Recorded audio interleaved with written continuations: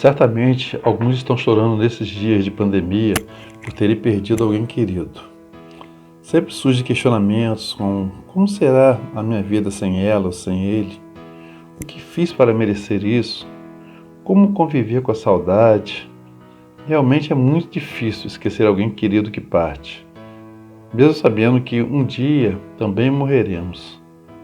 O choro durante o velório é natural.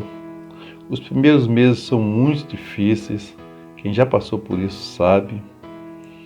Eu mesmo sofri muito quando perdi o meu pai. Já passaram 36 anos que ele morreu e agradeço a Deus pelos momentos que passamos juntos. Até hoje ainda tenho lembranças, e são boas lembranças. A Bíblia diz em Romanos 6,23 que, pois, o salário do pecado é a morte. Quer dizer, como resultado do pecado e desobediência a Deus, estamos sujeitos à morte e à condenação eterna. Mas não para por aí. Ainda em Romanos 6,23, o texto nos diz: mas o dom gratuito de Deus é a vida eterna em Cristo Jesus, o nosso Senhor. Quero que você saiba que Deus providenciou um remédio para nós. Já ouviu a expressão dormir no Senhor? A morte do crente deixa de ser motivo de sofrimento e tristeza, pois ela o transporta para a presença de Deus.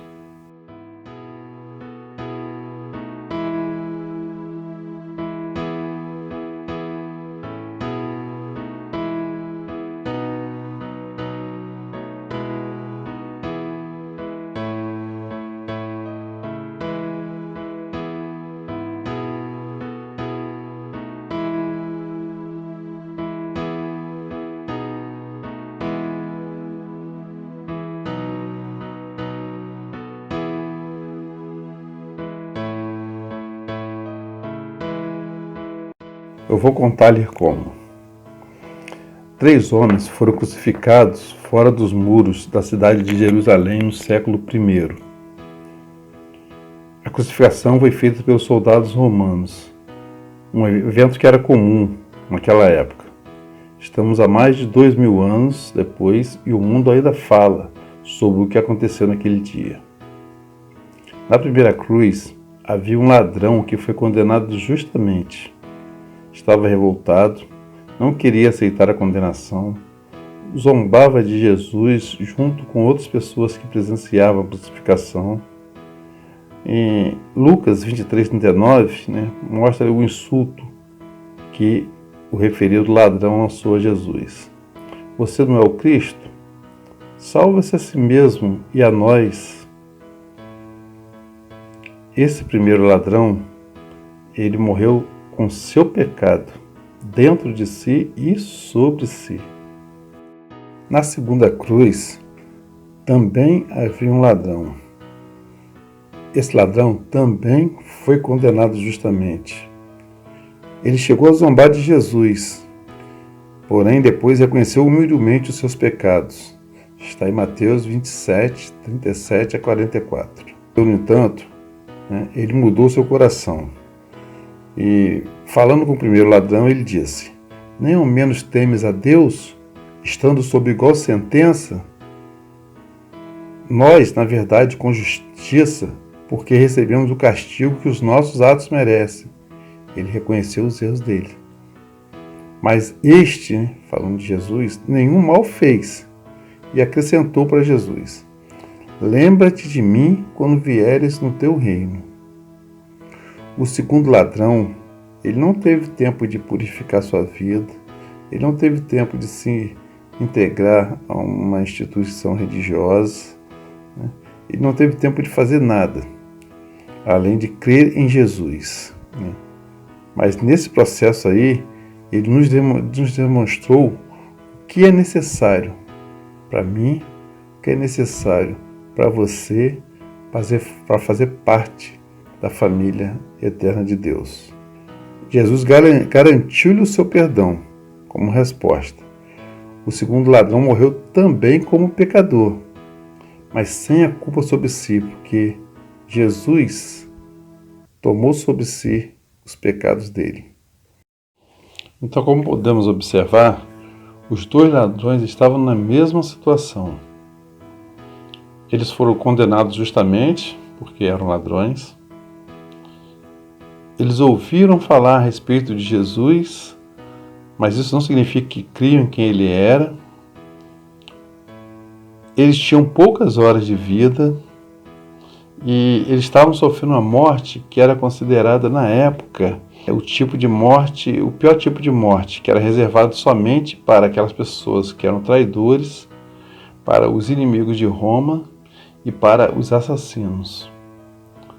A forma com que eles encararam aquele momento ali com Cristo foi que aproximou um e afastou o outro de Deus. Jesus não ofereceu para eles, naquele momento ali, o livrar da cruz. Jesus não ofereceu para eles diminuir o sofrimento, acabar com todas as dificuldades que estavam passando. Não ofereceu uma vida de riqueza, uma vida de poder. Jesus ofereceu para eles a vida eterna. O perdão dos pecados era o que a presença de Jesus estava levando para eles ali. A reconciliação e a paz com Deus. Então, eles estavam na mesma situação. Um aceitou, o outro rejeitou. A terceira cruz. Nós já vimos que a morte de cruz era o pior tipo de morte da época. No caso de Jesus, que estava na terceira cruz, o seu sofrimento começou na noite anterior, foi estendendo-se por toda a madrugada e alcançando o ponto mais alto somente na manhã do dia seguinte. Tem todo o relato em Marcos 15, dos versículos 15 ao 20. Depois de passar por toda essa situação, Jesus já estava cansado, fraco, todo ensanguentado, abandonado pelos seus discípulos, e ainda foi obrigado a carregar a cruz, da execução. Mais de 7 séculos antes do nascimento de Jesus, o profeta Isaías, ele escreveu: Quem creu em nossa mensagem? E a quem foi revelado o braço do Senhor? Ele cresceu diante dele como um broto tenro e como uma raiz saída de uma terra seca.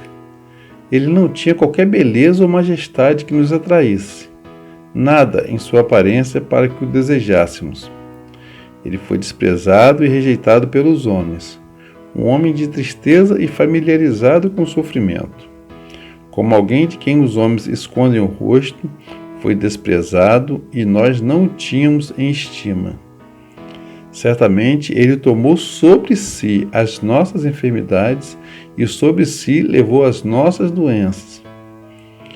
Contudo, nós o consideramos castigado por Deus, por ele atingido e afligido. Mas ele foi traspassado por causa das nossas transgressões, foi esmagado por causa de nossas iniquidades.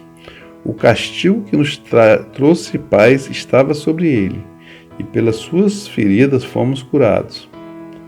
Todos nós, tal qual ovelhas, nos desviamos. Cada um de nós se voltou para o seu próprio caminho. E o Senhor fez cair sobre ele a iniquidade de todos nós. Ele foi oprimido e afligido, contudo não abriu a sua boca. Como um cordeiro foi levado para o matadouro, e como uma ovelha que diante dos seus tosqueadores fica calada, ele não abriu a sua boca. Isaías escreveu sobre Jesus, profetizou em Isaías, capítulo 53, dos versículos 1 ao 7, que eu li agora. Então, quanto mais nós olhamos para a cruz de Jesus, quanto mais nós visualizamos aquele momento dele, nós podemos enxergar que foram os nossos pecados, conforme Isaías disse, que levaram Jesus a morrer naquela cruz.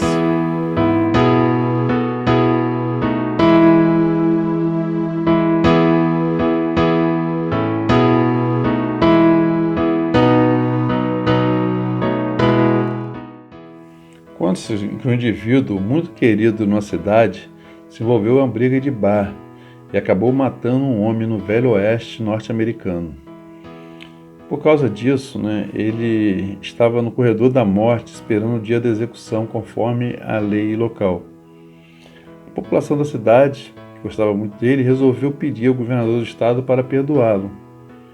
Depois de analisar o caso, o governador resolveu conceder o perdão, mas queria conhecê-lo antes. O governador colocou a carta de perdão em uma Bíblia, disfarçou-se de pastor e foi à prisão. Quando chegou à cela, portando aquela carta que livraria aquele homem da morte, ele foi mal recebido e rejeitado pelo homem. Mesmo assim, ele ainda insistiu, dizendo ao preso que tinha dentro daquele livro algo muito bom para ele. Mas o condenado não o quis receber, esbravejou, e ele, como não teve outro jeito, o governador foi embora. O carcereiro depois falou ao preso o que ele havia perdido. Aí, no dia da execução, o condenado ele pediu para pronunciar suas últimas palavras. Foi concedido e ele disse: "Eu não estou morrendo porque eu matei um homem. Eu estou morrendo porque eu rejeitei o perdão." Você entendeu que Jesus morreu na cruz pelo meu e pelo seu pecado? Eu quero te fazer um convite. Eu não quero saber qual foi o pecado que você cometeu. Eu quero te dizer que Jesus pagou na cruz por você. Basta que você aceite o sacrifício dele. Quero te convidar a considerar que Jesus está pronto para receber sobre ele esses pecados que te incomodam, esses pecados que você sabe que entristecem a Deus. O que ele pede? Aquele homem que estava morrendo na cruz ao seu lado se arrependeu. Ele se arrependeu, ele confessou a sua culpa, ele reconheceu que não tinha como resolver sem Jesus e pediu que Jesus o perdoasse. Faça isso.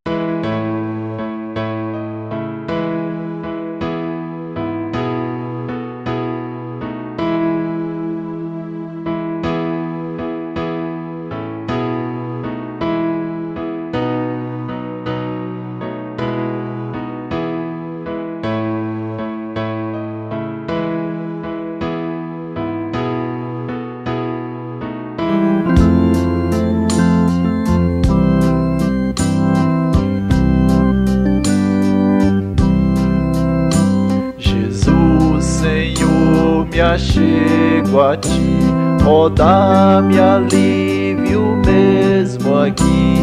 O teu favor estende a mim, aceita um pecador. Eu venho como estou, eu venho como estou, porque Jesus por mim morreu. Eu venho como estou, as minhas culpas grandes são, mas tu que não morreste em vão, me podes conceder perdão, aceita um pecador. Eu venho como estou, eu venho como estou, porque Jesus por mim morreu. Eu venho como estou, eu nada posso merecer, tu vês me prestes a morrer.